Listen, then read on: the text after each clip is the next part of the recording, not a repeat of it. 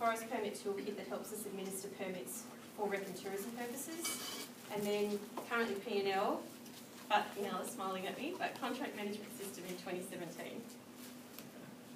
Okay, so we have goals under our plan. They are fairly broad. Ensure sustainable forest visitor activity, expand awareness of visitor opportunities in forest, help improve community support for us as an organisation, help build the New South Wales visitor economy, which is part of that broader whole of government state plan approach, and of course strive for operational excellence. And what we try and do is drill down under our plan to make sure that these goals have targets, actions, performance indicators, that they're linked to the PDS, and that we report on them annually. So this is the part about what we do, and this was the hardest slide, or hardest couple of slides for me to make. I've made them before because I think we're the most ill-defined team in terms of what we do, but also the luckiest and happiest team because of that very fact. So we do lots of cool things. We manage all the forest permits for rec and tourism. That's non-commercial and commercial, with the exception of treetops you've got in Cumberland at the moment, which I'm really pleased that it's open. It's the same guys we've got on the Central Coast, and they're fantastic operators. We do all tourism product marketing. I wish you guys on the other end of the microphone could see the people wearing the buffs on their head here. But clearly the product marketing works. We manage all social media for forestry. So that's Facebook, Instagram, YouTube, Pinterest, Flickr, and Twitter. Let's not forget Twitter. We manage more than 130 visitor areas in hardwood forests. So that's your picnic, camping, walk and track lookouts, heritage points of interest, that sort of stuff. We look after all the visitor surveys, all the surveys of permit holders and all the visitor testimonials that we use to promote forestry back to a broader audience. We also do economic value reporting. I don't have many copies, I'll just leave these out the front and you can have a look later if you want. When we do a visitor analysis, this is what it looks like. So we try and survey minimum 100 people in a designated rec area. We match that up with our car counter to get an annual number of visitors. Then we look at Tourism Australia and Destination New South Wales stats on what visitors' annual spend, we call it an annual spend is, for the different demographic types. Then we use that to extrapolate an economic value of what our visitors support in a local or a regional area. So this one is for Sealy Lookout, Aurora. And it says, up there at the moment, we are getting 150,000 visitors up there, and they support an annual spend of $12.06 million in that region. So that's our conversational currency with chambers of commerce and councils and those types of groups.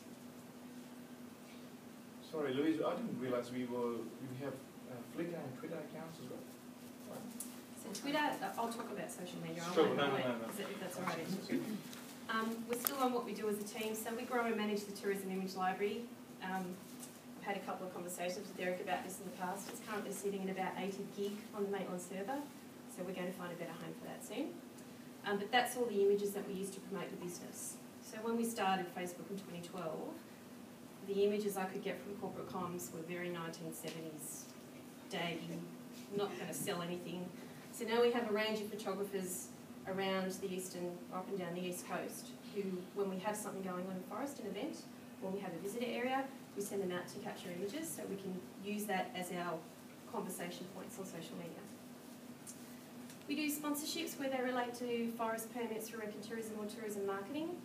We manage our involvement in events, so the World Rally Championships, which is an international event. There's people who spend the whole year travelling from country to country to go to this event. They go to state forests of the Coast Coast when it's in Australia. We manage things like our involvement in four-wheel driving shows, the Australian 14 Enduro, the International Mountain Bike called Port to Port. There's a whole range of events that our team looks after. We manage tourism award submission processes, regional and state. And as Angela said, we're pretty happy at the moment. We keep winning an awful lot of regional awards, and they're a hell of a lot of work. They're 30-page submissions.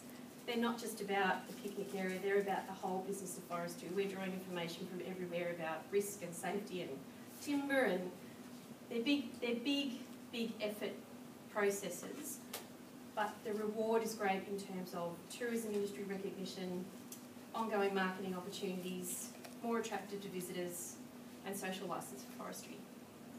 And we're also responsible, I can't believe I should have put this point up front for this group, we're also responsible for revenue generation for commercial tourism, Angela. It's very important. Yes, number one. So I should mention that all the images in this presentation are from our tourism image library. So there's Dean, who's just left the room, on the treetop. Dean? That's Dean on the Crazy Rider. That's the longest roller coaster zip line. It's 1 kilometre long in the southern hemisphere. It's down in Orinda State Forest on the Central Coast. It's a great ride. You just go around a zip line, round and round trees. It's fantastic. That's Dean. And this is Moon and Cottage. It's an old forestry cottage on the western edge of the Barrington Tops. That's being managed under a commercial revenue permit for us at the moment. It's $120 a night. It sleeps about 12 people inside. You get all the grounds to have camping outside. It's on the brook and it's 45-minute drive from the Barrington Tops. We also have carriageable visitor experience related partnerships. So we are the people representing forestry and tourism industry groups with councils, with chambers of commerce, with community groups. And I've just put some examples there. So for those of you who don't know what the World Rally Championships is, and I understand that because I didn't know what a rally was until I had to start running about 5 years ago, that's a World Rally Championship. If you watch a World Rally Championship, you've got 2 seconds of a car going past and then about 15 minutes of dust. That's what it is. We do a lot of promotion on site. This is from last year's World Rally, and that's the port to port. That's some of our tourism branding there and there. Hey, Louise, can I interrupt you if you don't mind and ask a question? Just say, why is this important? So why is taking care of visitor experience or partnership or getting the brand or image out there from forestry's point of view when our core job is timber production? Yep. Well, there's a few reasons why we do what we do. So we're wholly CSA funded, Community Service Obligation Budget. So the World Rally Championship, we use that as an example. There are tens of thousands of people going to this event in a forest in the middle of the day, in summer, with no shade, water, sunscreen, and they're all the things we provide in our huge marquee to look after the visitors. So there's the aspect of visitor safety and making sure, we call it visitor sustainability, but it's about their safety and reducing the risk for visitors to our forest, so there's that aspect. There's a social licence aspect, so it's about giving people positive and memorable experiences on state forest, so when they walk away, if they hear something that they don't like about the other part of the business of forestry or any other part of forestry, there's that tempered or that balance in their opinion because you've still got this really positive memory. It's about making people aware of who we are, so differentiating ourselves in the nature-based land manager marketplace, for want of a better word. Everybody talks about national parks, everybody says parks, parks, parks. They all know the Lyrebird logo. We've never played in the tourism arena until about 5 years ago. So we're trying to establish ourselves as a desirable destination as well. Because we have great things to offer visitors. We have different things to offer visitors that they can't do anywhere else. You can't bring the dog, ride your horse, ride your motorbike, ride your mountain bike, take your four-wheel drive in lots of other public lands. You can do it on state forests. So we're obligated to let the public know about that through our legislation, but we can do more about broadening that opportunity for the good of business as well. Did I answer that? Yes. Okay. He was just challenging me. Oh, and there's also the revenue from commercial tourism. I keep forgetting that too. Oh, look who I'm talking to. He was waiting for that one. It's about diversification, alternate revenue, diversification of the forest products. Multi-use forest. Yes, it's diversification of the forest products. Tourism is a forest product. Okay, we also create new and award-winning destinations. So I take for granted that I see these places all the time. I realise you guys didn't. This is Old Bottlebutt. It's the biggest red bloodwood in the southern hemisphere, although the ecologists tell me with great authority that there are no red bloodwoods in the northern hemisphere, Louise, so it should be the biggest recorded red bloodwood in the world. It was being damaged by four-wheel drivers and people going right up to the base of it trying to climb the tree. It's in a remnant rainforest area surrounded by a working forest, plantation with regrowth. So it's really this beautiful example of what we do across all of forestry. So we brought in a landscape architect, we designed a beautiful deck to protect the root system and the tree, but also to create a visitor destination. We formalised a walking track, there's a picnic area. So we've made it a great destination. We're getting thousands of people there every year. We have an opportunity to educate them through interpretive signage on site, which we do. And so to get there, they need to walk through regenerating harvested forest. So there's a broader story of forestry in this beautiful little destination. And we've won a gold state tourism award for that about 3 years ago. How long would you say? think the tree, it's really hard. We estimate over 200 years, but nobody's really sure. And we also strive for innovation and first for forestry. So because we're in the visitor experience area and because our movement as an organisation into tourism versus recreation, because there is a difference, is kind of new, we really want to try and position ourselves at the cutting edge of great experiences within the forestry context of what we can offer. So I wasn't sure how much you guys had seen again. I'm sorry if you've seen a million pictures of the forest sky pier. That's the forest sky pier on the top left. That was built about 7.5 years ago now. That's our iconic tourism destination. That's the biggest investment we've ever made in CSO funding in one visitor area, and that gets 150,000 people, conservative estimate, every year, and it's grown exponentially since we created it. It's our little jewel in the crown. There's a lot of interpretive signage there, and it's the landing place before you head down into Coffs, and it's also a great visitor area to have in the controversial North Coast area. Good to have some positive things happening up there too. The next one is Karora Lookout, which is adjacent to the Forest Sky Pier, which I'm going to talk about in a minute. Down the bottom is Kupanook headquarters. That's on the mid-north coast. They're our first electric barbecues. Somebody correct me if I'm wrong, because there might have been some in the past, but they're our first electric barbecues. And I'm not saying we're going to go down the park's path of having electric barbecues everywhere, but we had electricity there. It was a great opportunity to really do something a little bit different. We get heaps and heaps of grey nomads dropping in there. There's caravans and camper vans there every day of the week, so it really suits the demographic, the market that we have going on in the area, to up the ante and what we provide there. This is the soundbar at Gungali Track. So to get to here, you walk along a short track, and we've created, with the Gumbaynggirr Elders' permission, an immersive interpretive experience telling the story of Gungali, the Black Goanna. So you walk through interpretive signage, sculpture, murals. You get to that lookout with this. This is a sound bar. This is the first time we've ever done this. So when you get to this spot, you can listen to this, and I hope this is loud enough.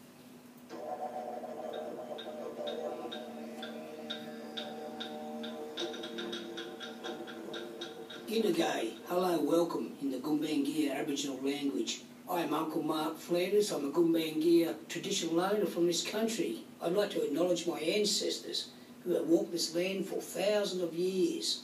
No matter where you go in Australia, you will always be on Aboriginal land. To Aboriginal people, this is a very special place. This land is known as the lands of Yulidara, our creator, our father, and this is where Yulidara arrived. At this high place, you have fantastic views up and down the coast. We could see who was coming into our lands here. We burnt our land regularly, so we allowed our animals to come on in here and create these great views that you're seeing before you today. Look around you and you'll see a lot more. Yari Yaram, which means goodbye. So there's two buttons on the soundbar. You can listen to that one through, which is Uncle Mike Flanders, a local Gumbaynggirr elder telling that story. The other one, which I won't play in the interest of time, the story is told through Gumbaynggirr language and songlines, a woman singing a Gumbaynggirr elder. It's just beautiful to sit at this spot and do that. So that's what I mean by strive for innovation and first for forestry. We're trying to do some really different things to really capitalise on the tourism product and really expand the partnerships. So now we have this beautiful relationship with the Gumbaynggirr elders, and we're going to do so many more cool things with them. What about the Asian market? Do we do anything there? Yeah, look, who asked that question? Sorry, was it Joe? Yeah, the Chinese market is the big market. Traditionally, we haven't done a lot to cater for them because our focus has always been on Australian visitors, particularly New South Wales, so that it was in line with who we are as a business and who our potential customers are. But I think over the last couple of years it's becoming hard to ignore. So we're working with tourism bodies. I know that our social media is already interpreted into several languages for people to access what we have that way. If we really want to build our visitation, that would be an easy win because the Chinese market are cashed up self-drivers. They're not looking for coach tours. They're actually right in the heart of the people who can come and visit our spots. So it's a real opportunity, and one we're still debating on how hard we might go with. Okay. This is a really quick slide. This is about not our gig, just because there's been a lot of confusion about what we do versus particularly what corporate comms does, because we play in the marketing space so much. You guys probably know this because a lot of you are positioned here, but We contribute to ministerial responses when they're related to rec and tourism, but we don't actually handle them first pass. That's Rama and his team and Joe. We don't do education initiatives. We'll support them, but education is firmly placed with your corporate comms team. We don't look after the forestry website. We contribute to the visitor information, but again, that's a corporate function. We don't do corporate sponsorships. We do sponsorships for events and people under permit who are associated with rec and tourism. And we don't manage neighbour issues unless they're directly related to recreation, tourism or our forest permit partners. And we only manage forest permits for rec and tourism, so we don't look after firewood permits. It's probably not as relevant for you guys, but when I've been doing this talk in other places, it really helps. Okay, so after just talking about the plethora of things we do in our team, I thought it would be good to just present some of the outcomes, and the best outcomes to talk about, I think, for you guys are the concrete on the ground things. So here's what we've achieved so far in F16 in terms of our visitor area outcomes. So for North Coast, there's that Gungali track I just mentioned to you. That's some of the mural work on the track done by local Aboriginal and spray artists. We built, adjacent to the forest sky pier, we built this picnic shelter. This is actually really important because the forest sky pier is one of our all access areas, meaning if you are mobility impaired, disabled, in a wheelchair, have a pram, you can get out of your car and go straight onto the forest sky pier. Now you can also get out of your car and sit in the trees and have a picnic experience like everybody else can at that site too. And there's the other picnic area down the bottom that we've also done up.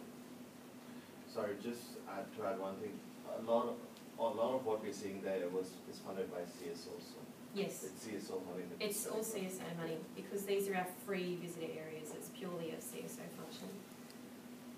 On the mid-north coast, the Coopernook shelter that I mentioned before, and we also have a really unique partnership going on the mid-north coast that we've just realised with Port Macquarie Museum.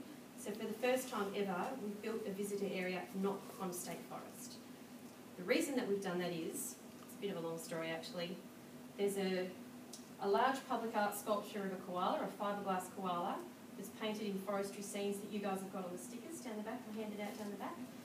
So this koala is covered in those scenes. It was part of a public art project 2 or 3 years ago that we sponsored a koala in. That project has finished and Port Macquarie Council doesn't want the koalas anywhere on their streetscape anymore, so we needed to find a home for our koala. At the same time, Port Macquarie Museum, right in the heart of Port Macquarie, put up their hand and said, we'll have your koala. And by the way, we've got this courtyard that's filled with plants that the volunteers have brought in from their garden. That we would absolutely be happy for you to do something with timber in because we're going to have a permanent timber exhibition inside the museum. So we pulled in our landscape architect and our hardwood people, and we came up with, instead of just a bare green earth space, we have this. So this is all North Coast hardwood timbers. They showcase North Coast hardwood timbers to the public. Forrest the koala sits over here. He's just out of shot, unfortunately. These are 2-ton solid pieces of timber carved in waves that actually show the beautiful grain in the timber, but as seats for people as well. And then right down the back is this sign, which is a huge interpretive sign headed up with our new catchphrase that we've done through our community engagement survey work with Pollinate that says creating memories in homes, and it talks about timber in the area for a little bit of history because obviously you're in a museum context, a little bit of modern tourism, Aboriginal partnerships, and then a lot about other opportunities for visiting in the area. This is working brilliantly. I'll be really excited to find out how many visitors we get to this site in about 12 months' time. Oh, and I also should mention this one over here. That's a new walking track that's in at Coopernook headquarters near that shelter with the barbecues. Those people building the track for us are Conservation Volunteer Australia people. We have at a corporate level, Joe Bodley manages a partnership we have with CVA, and each year you can actually bid internally to have some volunteer time working for you. We kind of get it all the time because we're visitor areas and they want to work outdoors. So they've just created a new tall trees, 600 metre loop walking track that takes you past the nest of a square-tailed kite, which is really amazing to look at. So we also get smart about how we use our resources, at the same time building partnerships. Okay, Hunter Central Coast, the Wattigans. The Wattigans are only about an hour down the road from here. We get around 600,000 people visiting them a year, predominantly from Sydney and Newcastle. So nothing new there except constant upgrade because we also have a very high anti-social vandalism element in the Wattigans. Probably enough said. Chichester, at the base of the Barrington Tops, we've got a new Friends of group. So there's a group of volunteers who are starting to maintain the walking tracks for us and reopen them. There's been some walking tracks there that kind of disappeared over the last 30 years, so they're looking after them for us. And we're redesigning all of our visitor areas in the Barrington Tops as well. There'll be some exciting things happening there in the next 2 years. And the South Coast. So poor old South Coast, we hadn't been allowed to play on the South Coast until about 2 years ago. So now Brendan's down there and he's been doing some great work in upgrading the Bedalla forest area, which is right on the Princes Highway. Redesigning the whole area. He's done some work down around Eden as well. And he's starting to put some cool timber toilets in down there too. One of the big things we achieved in F16 and we will continue in F17 is empowering our partnership leaders. So there's 4 people I said were on our team have never had carriage of their own budgets before. So what we've done is we've given them, in our bucket of recreation construction and recreation maintenance budgets, just those 2, we actually have an internal budgeting process ourselves, and these guys bid and get their buckets for the next financial year. So Sandra on the Mid-North Coast knows exactly what she's got in her rec construction and rec maintenance budget. Rec maintenance is usually contractors who are cleaning toilets and mowing lawns and stuff like that. But rec construction is where she can do some really cool things like the Cooper Nook shelter she just did and this tall tree walks for CBA. So I know roughly what's on Sandra's plan, but she has her own budget, which means she can really go and do some innovative and cool things or explore what she might achieve with that rather than just going through the motions of doing what we've always done. So we're finding this is really encouraging innovation. I want to let you know that we've moved into the modern age with our recreation areas. So all the rec areas that people talk about, I would say 95% of our rec areas are all there because somebody in forestry, probably a field worker, wanted to have lunch there at some stage in the last 70 years. And some of them are in really logical, great spots, but some of them need redesigning and art. So we do things the modern way now. This is a landscape redesign plan for Bedalla that I just mentioned. We have a couple of these guys as contractors who help us with this work if it's a bit more than our own guys can handle. We get 3D printouts and we play with those images so we know what things are going to look like before we actually start developing them on the ground. We have a new concept plan for interpretive experiences on forest because I really think that's the future of our visitor experiences. And we have, we have decent plans. So we hired a builder to do this one for us as a contractor, but we own the plans now. So we can roll this out ourselves with our own guys, possibly termies in between working on fires. There's a variety of ways we can do it. Oh, this is Bruce in our bloody great hardwood benches.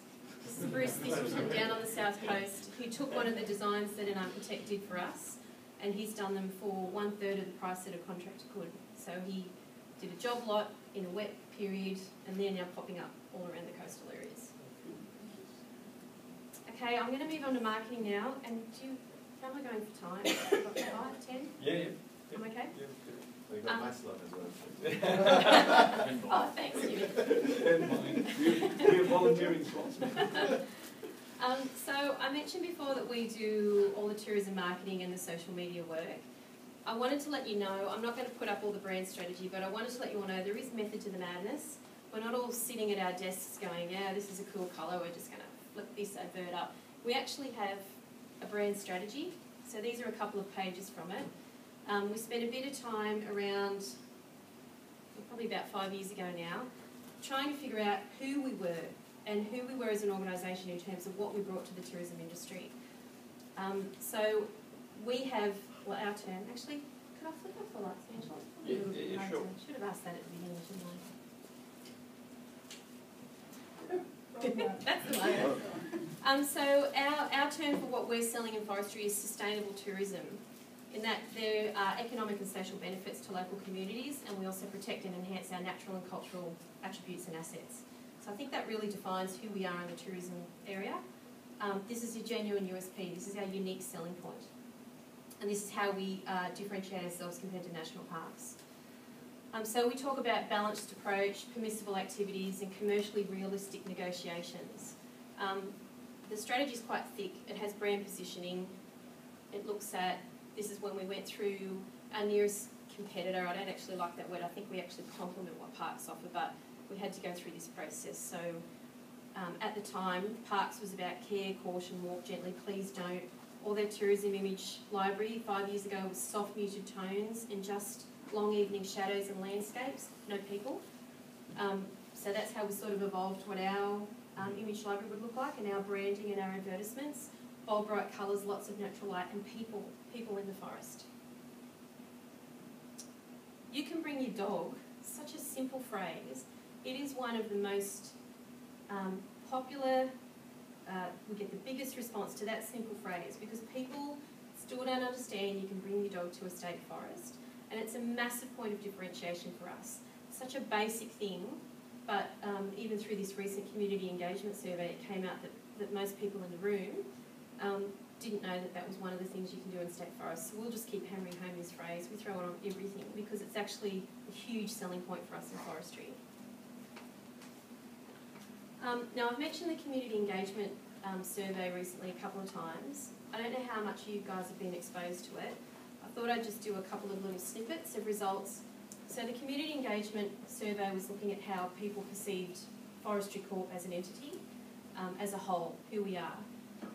And the results that came out early this year have been really reaffirming for us in the Tourism and Partnerships team because they've basically said you're absolutely on the right track with what you're doing. So 80% of New South Wales see the value of state forest as an environmental and recreation resource. 70% feel it's okay to harvest as long as trees planted exceeds what's harvested. Focusing on the economic value of forestry in the way we talk to people is actually out of sync with their values. People are more concerned about their intrinsic values, so family, home, love, rather than extrinsic, which is money, power, career, that sort of stuff. So what pulls people in a marketing sense is talking to those intrinsic values. So your personal experience on forest, your family memories. Yeah, so all of that, there's a lot more to that, and I'm sure if you wanted to learn more, you could probably ask Angel, but it's been very reaffirming for the work we do in our team and has sort of told us we're on the right track with some tweaks. So marketing, okay. We do a lot of marketing. It's not all social media. We do a lot of print advertising. I've got a couple to pass around. So just to give you an idea of what our things look like. That's our ad, and that's our editorial. Pardon me. So whenever we take out advertising, we also negotiate editorial space so we can tell our story as well. So I'm going to pass that one around. Not sure if this one's marked. No, that's all out. That's a waste one. We also advertise in visitor guides. So there's free visitor guides. This one came from the twin surveys. This is a Central Coast one. We advertise in them all over the place as well. We advertise in Caravanning Australia, Forward Drive magazines, all sorts of stuff. The tags have fallen out. I won't be able to find the ad. We even advertise in Ruth is the Country Women's Association magazine for Queensland. We advertise in that because we get a lot of Queensland visitors coming down to our North Coast destinations. Sorry, it's not tagged. The ad's in there somewhere. We are going to start doing billboards. We do a lot of signage. We buy into other people's advertising campaigns. We work with tourism industries. We do a lot of direct visitor engagement, which I'm going to talk about shortly. Our partnerships that I've mentioned. And of course, I mentioned social media because that's our tribe. If you take nothing else away besides the buffs on your head from this talk, then if you're on social media, please follow us. Please, please, please. In particular, I cannot get a unique URL for our YouTube account until I have 100 subscribers. We only have about 6 videos. It's a bit of an uphill push at the moment, I won't deny it, but if you use YouTube and can subscribe to it, I would love you forever. How many do we have at the moment? 11 subscribers. Really? Come on, guys, we can. That's the last group I talked to. We can change that. But we do have 13,500 people following us on Facebook. It's not, I shouldn't start with the low, or maybe I should start with the low number. We have 13,500 people following us on Facebook. We have several hundred following us on Instagram, about similar following on Twitter. Pinterest is one of those things where people just pull out, it's just like a glorified image library, but people can pull it and have a digital scrapbook. So that's about just raising awareness of our destinations. And Flickr actually existed well before we were playing in tourism. It has a lot of historical forestry photos on it, but I beef it up every now and again with some of the stuff from our contractors in our tourism image library. So why social media? Can I just ask how many people actually use Facebook in the room? Okay. What's Facebook? Not inspiring confidence with my F&T team in forestry. He's moved from the Kokomo. Twitter? YouTube? Instagram? Base. Right, okay. The reason we're on social media is because websites push information one way. So we have a forestry website. It's where you go if you want to pull information out yourself, but it's not a dialogue, it's information this way. Social media is this, all the time, completely instant. So it's about us having conversations with people who use forests. It's immediate two-way flow of information, and I remember when we first started it, there was some reticence, particularly from senior management, because of perceived risk about having those conversations. But basically what's happened, what we have is 13,500 people on Facebook who will advocate on our behalf for us in discussions where people might not like us. So social media shouldn't be perceived as a risky two-way conversation. What it is about gathering your tribe. So that's why our social media sits with our tourism and partnerships team with us, because it's not a Forestry Corporation social media presence. It's a Visit New South Wales State Forest social media presence. It's for people who like to visit New South Wales State Forests. That could be dog walkers, four-wheel drivers, bushwalkers. That's a range of people who might have nothing else in common except they all like to visit New South Wales State Forest. They are our tribe, and they are the people who are following us on social media. So it's a successful marketing tool. It can reach millions of people. It's essentially free, which is kind of why I started. I had no budget for tourism, so it seemed like a good place to start. I had to sign up to Facebook myself to figure out how to do forestry Facebook. I called it a trial.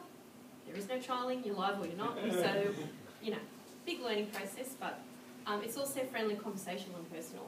So there's a different language in social media than you'll find on a website. So in managing our Facebook, we always ask, is it relevant to the visitor experience? Thank you. If something's not relevant to our visitor experience, then it's absolutely not going to go on our social media. When we started, we purely talked about visitor areas. We're slowly expanding based on understanding our tribe to stories about other aspects of forestry. So we can talk about timber, we can talk about forestry. We might not just go in and say this area was harvested, because that's not a story that anybody really is interested in if we're talking about intrinsic values. If we can say this area was harvested, it produced this beautiful ironbark timber. Do you have ironbark on your deck? Do you like ironbark timber too? That's the conversation. So we post stories or links to other people's stories between 2 and 5 a week. That's on average. Sometimes there's a lot more, particularly leading into holiday periods. We share images from our tourism image library because the language of social media is all about the image. We respond to direct messages within 24 to 48 hours. Even if that's just to say, thank you for your inquiry, we'll get back to you as soon as we can, when we chase up the information. We like other people's posts regularly, so we follow a few hundred, probably more than a few hundred, several hundred other organisational pages that have some linkage to what we talk about. So I go in and review those and like their posts and share them if they're relevant to if it's relevant to our visitor experience as well. We share other stories. We post staff images and stories, so we're trying to give a face to the people of forestry too. You might, every now and again, like the Bruce Thistleton picture I put up before with the bloody great hardwood benches, that got a great response because it gives a face to who we are as an organisation.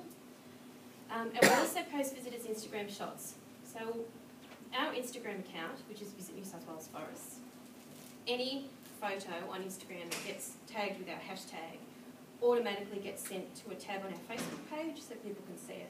So every image along the bottom is taken in a state forest, and they're all contributed by people from outside forestry. They're just ones I plucked off that people put up about a year ago. Okay, so all of this sounds great, but how do we know it's doing anything? So I've just pulled a couple of screenshots of the back end of Facebook. So I actually look at this all the time, and the team is slowly learning how to interpret this stuff as well. This is the Facebook Insights. So this tells you, this is from the last 28 days. So the actions on the page, that's actually the number of people who've clicked on the About button. I'm not concerned about that. There's nothing much on the About button. This is about post engagements. So in the last 28 days, there was 42,186 people saw our posts. 8,888 actually engaged with the post, so that means they liked or shared it. And people viewed our videos, unbelievable since I've only got 11 subscribers, 1,199 times.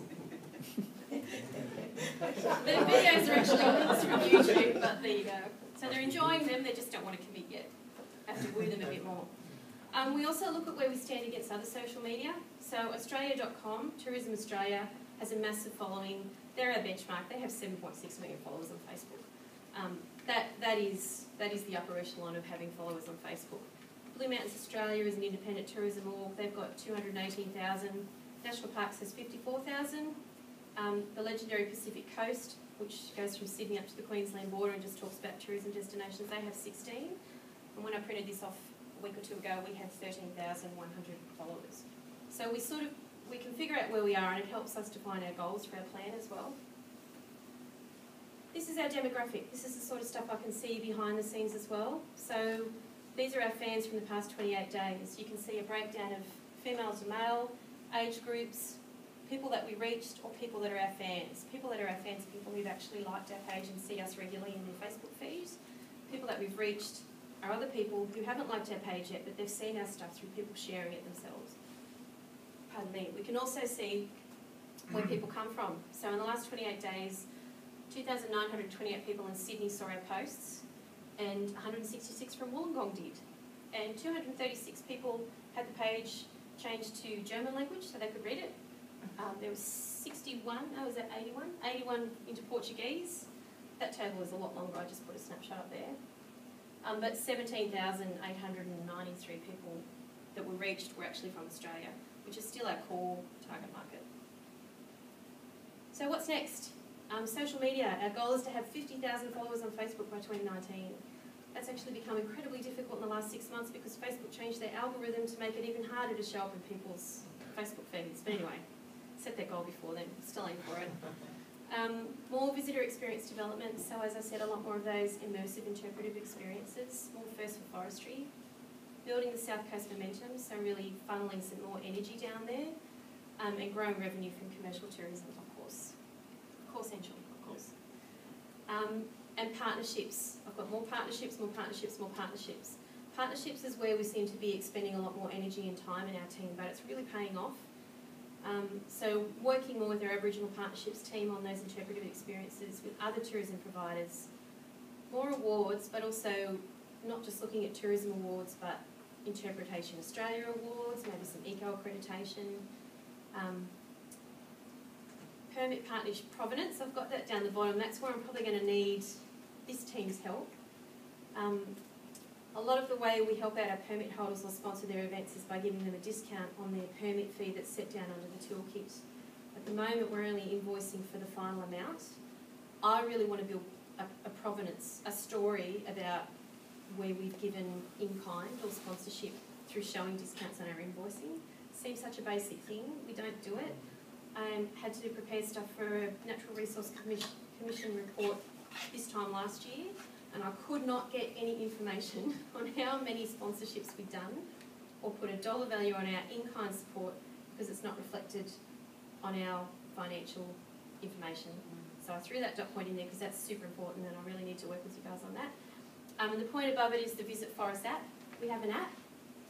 We have an app called Visit Forest. It's free. It's not completely populated that yet, but I would love you to download it. This is what it looks like. That's the little icon. That's the opening screenshot. It's built by Rob Kerwood and the GIS team, and we've contributed all the visitor information. This is what it looks like when you go into it. It allows people to connect with us via our social media as well, to get more information from us.